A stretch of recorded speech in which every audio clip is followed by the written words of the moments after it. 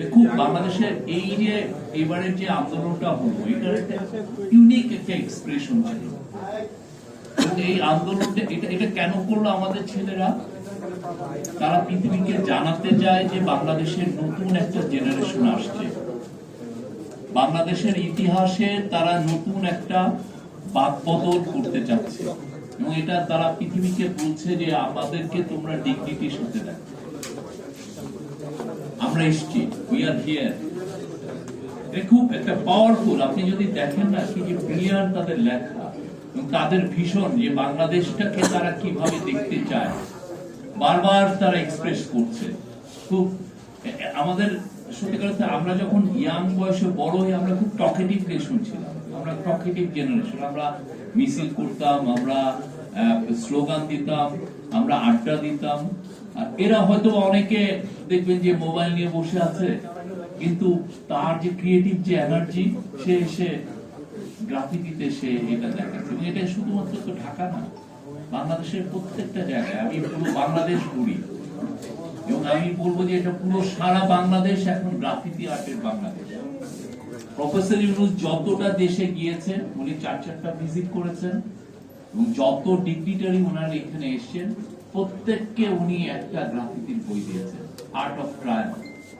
আজকে যে জিএম রাজীব হোসেন যেটা দ্রোহের গ্রাফিতি, এটা আর একটা এডিশন এবং আমি বলবো যে এটা একটা ইউনিক কাজ হয়েছে। আমরা এই কাজগুলোকে কেন প্রিজার্ভ করব? খুবই এটা আমাদের দরকার। আমাদের দেশের একটা বড় সমস্যা ছিল আমরা ডকুমেন্টেশনে দুর্বল।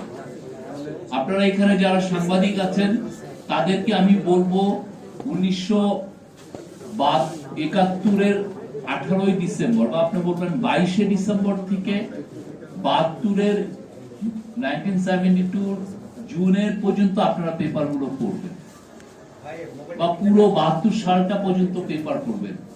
দেখবেন যে আমরা এই যে 1971-এ যে আমাদের একটা মহৎ একটা মহান একটা বিপ্লব হলো, মহান একটা লিবারেশন স্ট্রাগল আমরা করলাম, ওয়ার করলাম, একটা ভয়ঙ্কর রকমের একটা মিলিটারি এগেইনস্টে।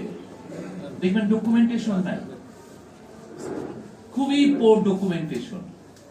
আমি ওই পেপারগুলো পড়েছি, পড়ার কারণে আমি বলছি এটা কারণ কি, আমরা আসলে এত বেশি মানে শেখ মুজিবের প্রথম কয়েকটা মাস এত বেশি আমরা এক হলো ভঙ্গুর একটা ইকোনমি, আর একটা হচ্ছে যে তার যে মানে খুবই বলবো যে না বরং তার বলবো যে তার যে বাজে রকমের একটা ইকোনমিক পলিসি, হ্যাঁ সুইসাইডাল বলবো, তা বাংলাদেশকে আরো গরিবের দিকে নিয়ে গেল। তো মানুষ তখন কি নিজের বাঁচার যন্ত্রণায় সেই গ্রাফিতি কি করবে আর নিয়ে কি করবে। ফলে আপনি দেখবেন আপনি ওই পেপারগুলো আমি সবাই আমরা খুব ডকুমেন্টেশনে দুর্বল ছিলাম। ফলে এসে দেখবেন যে 10, 15, 20 বছর পরে কেউ 1971 সালে জন্ম হয়েও কিন্তু সে